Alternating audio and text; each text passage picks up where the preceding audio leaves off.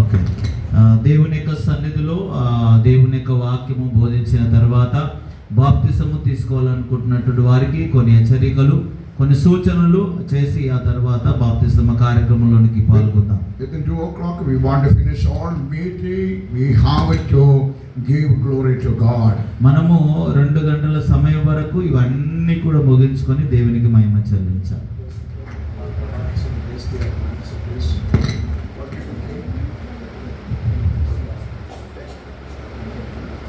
ఎవరైతే బాప్తిసం తీసుకోవాలనుకుంటున్నారో మీరు దయచేసి మీ చేతుల పైకి ఎత్తండి. తీసుకోవాలి, బాప్తిసం తీసుకోవాలనుకుంటున్న వారు 1 2 3 ముగ్గురు.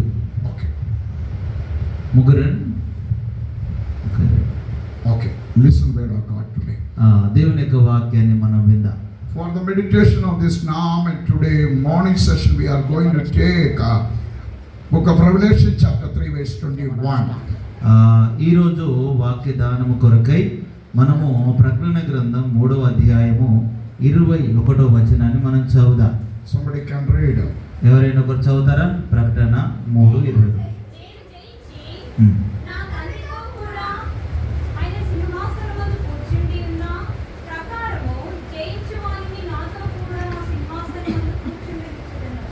Amen.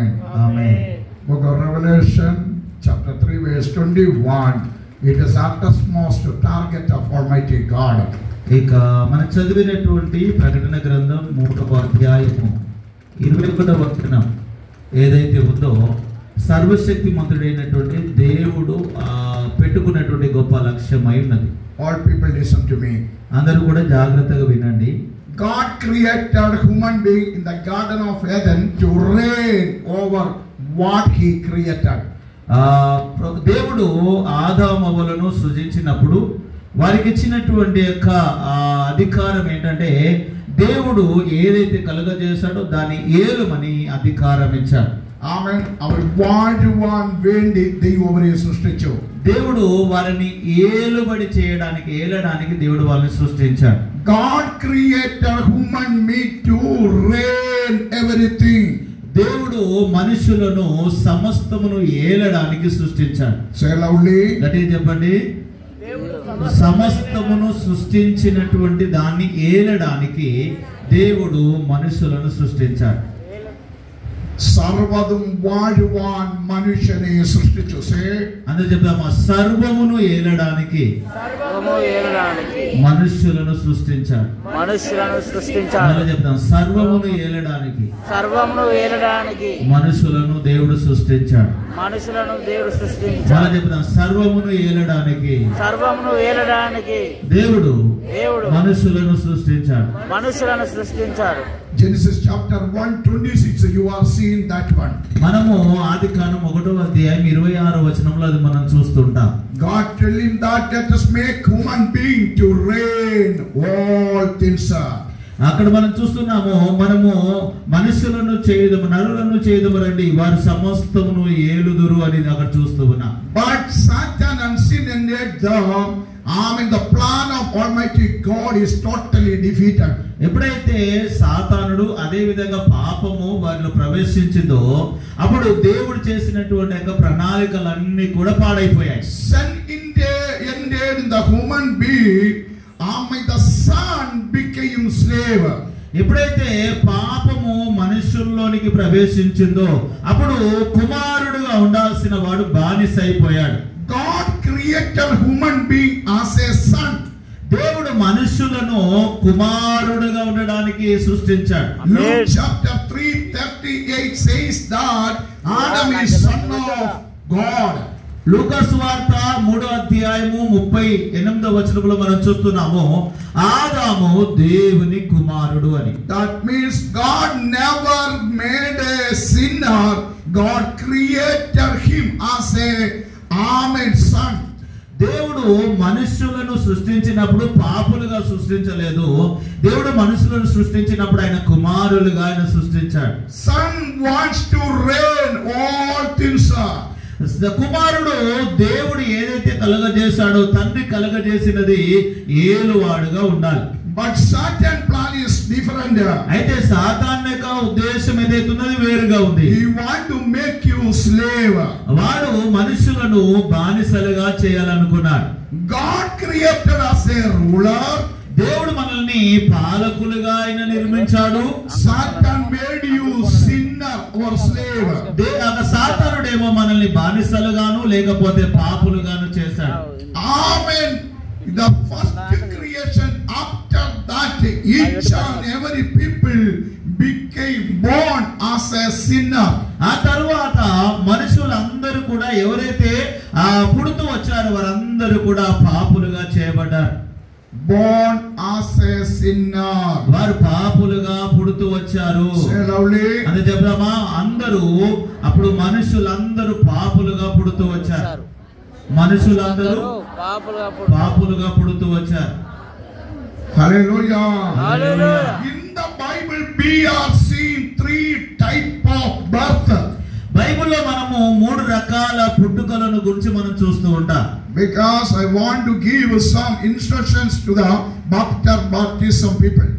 ఎందుకు ఈ మాట చెప్తున్నానంటే నీటి బాప్తిస్మము తీసుకోవాల్సినటువంటి వారు ఉన్నారు కాబట్టి వారికి కొన్ని సూచనలు నేను ఇస్తూ ఉన్నాను. Amen. 3 type of birth we are seeing in this book. బైబిల్లో 3 రకాలైనటువంటి పుట్టుకలను మనం చూస్తూ ఉన్నాం. How many type of birth? ఎన్ని రకాలైనటువంటి పుట్టుకలండి? 3. Now, the first birth is known as sin birth. మొదటి పుట్టుకనేమో పాపముగా పుట్టడం. We are born in sin. మనము పాపములోనే పుడుతున్నాం. Where we are seeing the scripture? మనం ఈ యొక్క వాక్యాన్ని ఎక్కడ చూస్తూ ఉన్నాము? Amen. Psalms chapter 51:5-6 says that. 51వ కీర్తన 5-6 వచనాల్లో మనం చూస్తూ ఉన్నాము. 51:5-6 David says that. 51వ అధ్యాయంలో 5-6 వచనాల్లో మనం ఈ విధంగా చూస్తూ దావీదు ఈ విధంగా అంటున్నాడు, born in sin. నేను పాపములో పుట్టిన వాడను.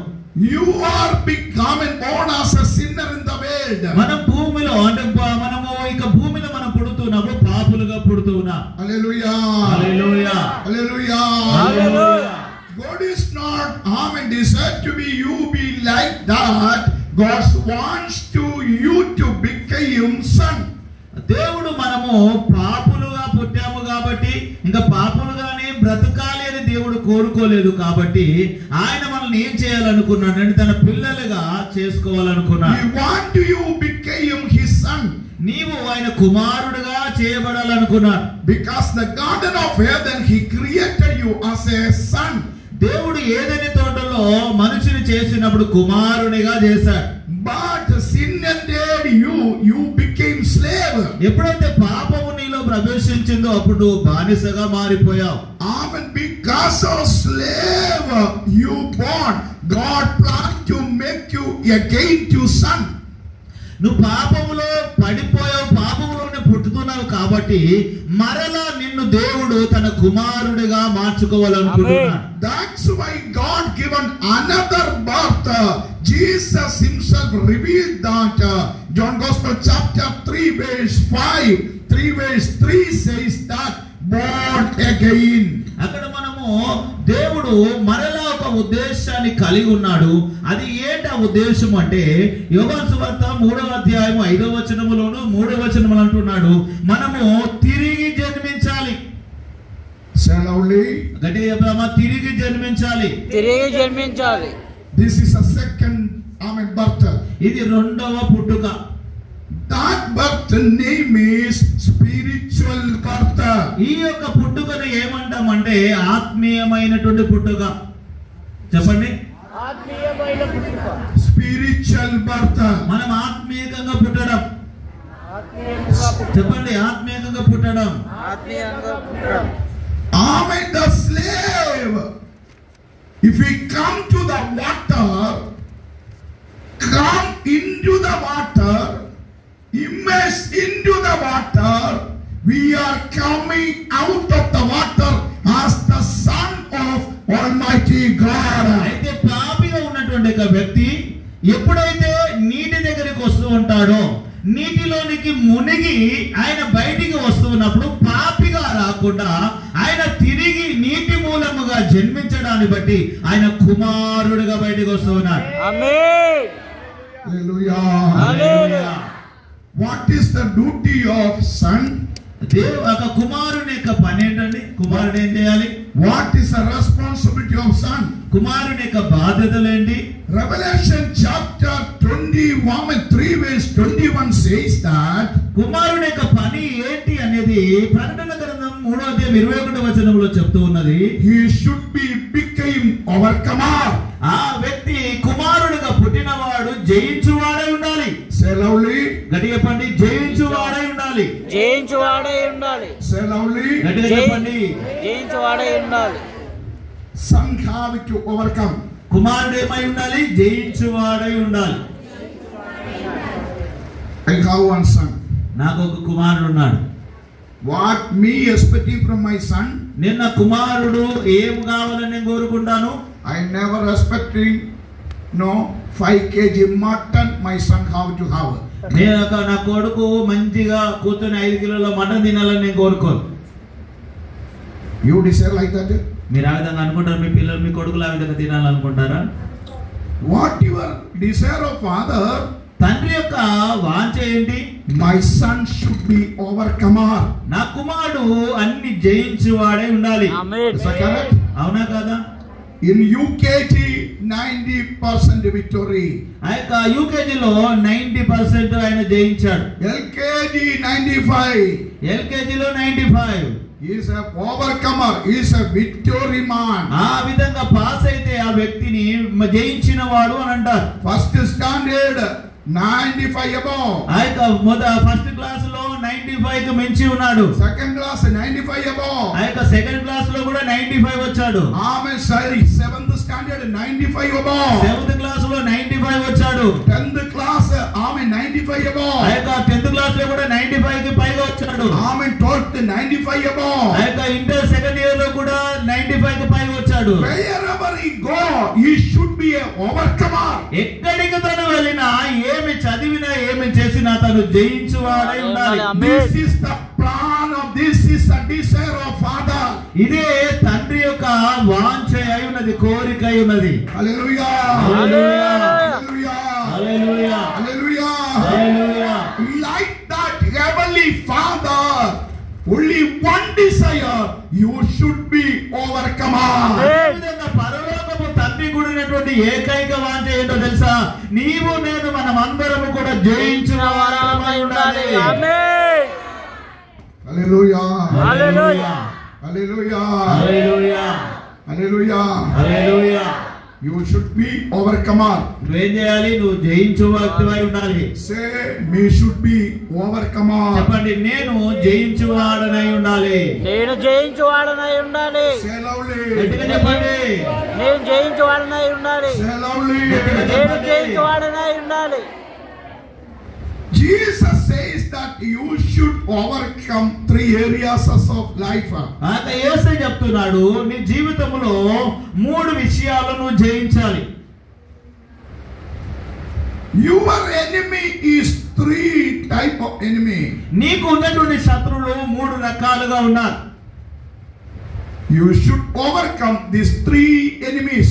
ఈ యొక్క ఉన్నటువంటి 3 శత్రువులను జయించాలి. Hallelujah. Hallelujah. The first enemy is in front of you is మొదటగా ఉన్నటువంటి ఒక శత్రువు నీ ముందు ఎవరైతే ఉన్నారంటే, Jesus is telling that యేసు ప్రభువు అంటూ ఉన్నాడు, Mark chapter 9 and 43 to 47. Mark సువార్త 9వ అధ్యాయము 43 to 47. 43 నుండి 49 వరకు. మార్కు సువార్త 9వ అధ్యాయము 43 నుండి 47 వరకు. Read it. చదువుదామా? నీ చెయ్యి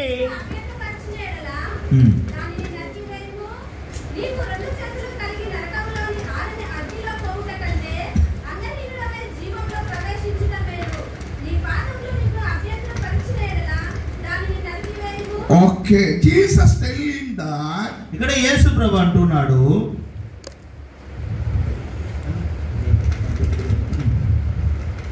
നിന്റെ കൈ നിനക്ക് ഇടർച്ച ചെയ്യും. ఇక్కడ నీ చెయ్యి నిన్ను అభ్యంతరపరుస్తుంది. Listen careful today. జాగ్రత్త వినండి అందరూ కూడా. నింద కై నినకిడర్చా, నీ చెయ్యే నీకు అభ్యంతరం ఉంటుంది. నింద కన్న నినకిడర్చా, నీ కన్నే నీకు అభ్యంతరంగా ఉంటుంది. నింద కాలే నినకిడర్చా, నీ కాలే నీకు అభ్యంతరంగా ఉంటుంది. యేసు പറയുന്നു, యేసే అంటున్నాడు, അതിനെ വെട്ടണം. దాన్ని ఏం చేయాలి? తొలగించాలి. We want to cut off it. దాన్ని మనము కట్ చేయాలి. What is the meaning of it? Cut చేయాలంటే మాత్రం నరికేయాలన్నట్టు అర్థమా? దాని అర్థం ఏంటి? Nobody knows it. దాని యొక్క అర్థం ఎవరికి తెలియదు. Here is Jesus revealing true reality. ఇక్కడ యేసు ప్రభు వారు అక్కడ ఉన్నటువంటి యొక్క యథార్థమైనటువంటి యొక్క విషయాన్ని ఆయన తెలియజేస్తున్నాడు. A man have two personality. ఒక వ్యక్తికి రెండు వ్యక్తిత్వాలు ఉంటాయి. First one is outer man. మొదటిదేమో బాహ్యమైనటువంటిది. Second one inner man. రెండవదేమో అంతరంగమైనటువంటి పురుషుడు, బాహ్య పురుషుడు. First one outer man. మొదటి వ్యక్తి ఏమో బాహ్య పురుషుడు. Second one inner man. రెండోదేమో అంతరంగ పురుషుడు. Is that correct there? అవునా కాదండి? The outer man is the biggest enemy of inner man. ఈ యొక్క బాహ్య పురుషుడు ఎవరైతే ఉన్నారో ఆ యొక్క పురుషుడు అంతరంగ పురుషునికి శత్రువుగా ఉన్నాడు. హల్లెలూయా, Hallelujah. Hallelujah, Hallelujah. Hallelujah. Your outer man is the strongest enemy of your inner spiritual man. నీ ఆత్మ సంబంధమైనటువంటి ఒక వ్యక్తికి, మనుషునికి, లేకపోతే అంతరంగ పురుషునికి నీ బాహ్య పురుషుడు ఎవరైతే ఉన్నారో ఆ వ్యక్తి బద్ధ శత్రువై ఉన్నాడు. Only one enmity between outer man and spiritual man. మీకు అంతరంగ పురుషునికి, బాహ్య పురుషునికి బద్ధ శత్రుత్వం ఉన్నది. Only one enmity. You and this outer man never ever allow your inner man enter into heaven. ఏంటా శత్రుత్వం అంటే మన బాహ్య పురుషుడు ఏం చేస్తూ ఉంటాడంటే మన అంతరంగ పురుషుడు నిత్య రాజ్యములో ప్రవేశించకుండా వాడు అడ్డుపడుతూనే వస్తాడు. హల్లెలూయా, హల్లెలూయా, హల్లెలూయా. మన అంతరంగ పురుషుడు ఆత్మ సంబంధమైన వ్యక్తి, ఆ పురుషుడు పరలోకములో దేవుని రాజ్యములో ప్రవేశించకుండా ఈ బాహ్య పురుషుడు శరీరము మనల్ని అడ్డుపడుతూనే ఉంటుంది.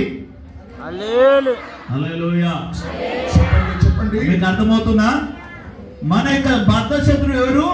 మన శరీరమే. బాహ్య పురుషుడు, బాహ్య సంబంధం కనపడుతున్న పురుషుడు మన అంతరంగంలో ఉన్నటువంటి పురుషునికి బద్ధ శత్రువుగా ఉన్నాడు. Why this outer man is preventing your inner man enter into heaven? ఏం చేస్తున్నాడు మరి ఇక బాహ్య పురుషుడు అంటే మన అంతరంగ పురుషుడు పరలోకములో ప్రవేశించకుండా వీడు అడ్డుపడుతూనే వస్తున్నాడు. Hallelujah. Hallelujah. One example you can understand it. ఒక ఉదాహరణ చెప్తే మీకు అర్థమవుతుంది. The great man Moses, in the Old Testament. మన పాత నిబంధనలో గొప్ప దైవజనుడు మోషేను మనం చూస్తాం. The total lifetime of Moses is 120 years. ఆ యొక్క జీవిత కాలం అంతా కూడా మోషే ఎంత కాలం బతికాడంటే 120 సంవత్సరాలు. At the 120 years, 120వ వర్షం. ఆ యొక్క 120వ సంవత్సరం. This great man Moses come in front of the promised land. ఆ యొక్క 120 సంవత్సరాల వయసు ఉన్నటువంటి మోషే వాగ్దాన దేశమునకు ముందుగా వచ్చాడు. He is seeing the promised land in front of him. తన కళ్ళ ఎదుట వాగ్దాన దేశము కనబడుతా ఉన్నది. Numbers chapter 20 I am teaching now. ఆ యొక్క సంఖ్యాకాండం 20వ అధ్యాయము నేను ఇప్పుడు మీకు తెలియజేస్తున్నాను. No need of reading, just to listen to me. మీరు ఏమి రాసాక చదవకండి, జస్ట్ వినండి. ఇక్కడ It is the last year of his life. అది తన జీవితంలో చివరి సంవత్సరమైనది. In sin మరుభూమి wilderness there is no water is there. అక్కడ అరణ్యములో ఆ యొక్క ప్రాంతంలో నీళ్లు లేవు. 39 years warm and journey of the wilderness is over. It is the 40th year of the journey of wilderness. years. ఇశ్రాయేలు ప్రజలు బయలుదేరి 39 సంవత్సరాలు పూర్తి చేయబడ్డాయి. 40వ సంవత్సరంలో వాళ్ళు ప్రవేశించారు అరణ్య ప్రయాణములో. Amen. They are quarreling with Moses. వాళ్ళు మోషేతో గొడవ పడుతా ఉన్నారు. Moses cried before God. మోషే వచ్చి దేవుని దగ్గర మొరపెడుతా ఉన్నాడు. Amen. God told you go in front of the rock. అయితే మోషేతో దేవుడు అన్నాడు వెళ్ళి ఆ రాయి ముందు నిలబడు. Only command it. ఆగ రాయికి ఆజ్ఞాపించు. 38 years before God go in front of the rock and stick the rock. ఆగ దానికంటే ముందుగా కూడా దేవుడు చెప్పాడు నువ్వు వెళ్ళి ఆ రాయిని కొట్టుమని. Amen. Now God is telling only command. అయితే ఇప్పుడేమో దేవుడు అంటున్నాడు రాయిని కొట్టడం కాదు ఆ రాయికి ఆజ్ఞాపించమని చెప్పాడు. Amen. This Moses went there. అయితే మోషే అక్కడికి వెళ్ళాడు. Because of the people are quarreling, he became angry.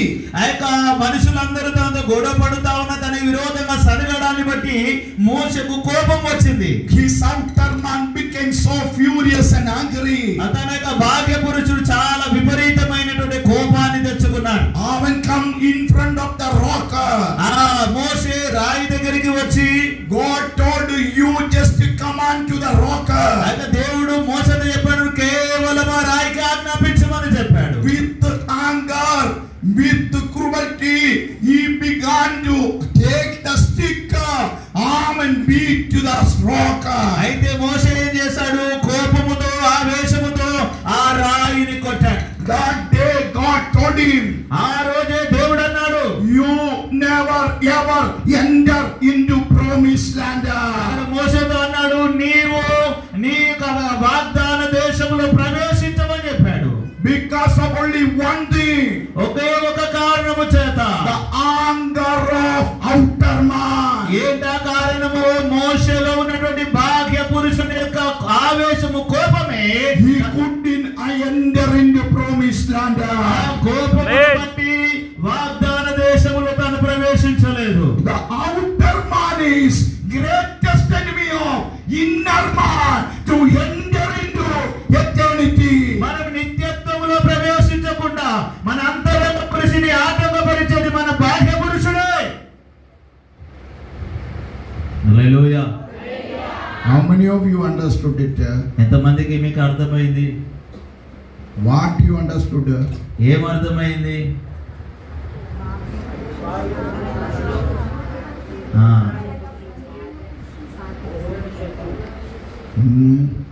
అర్థమైందా?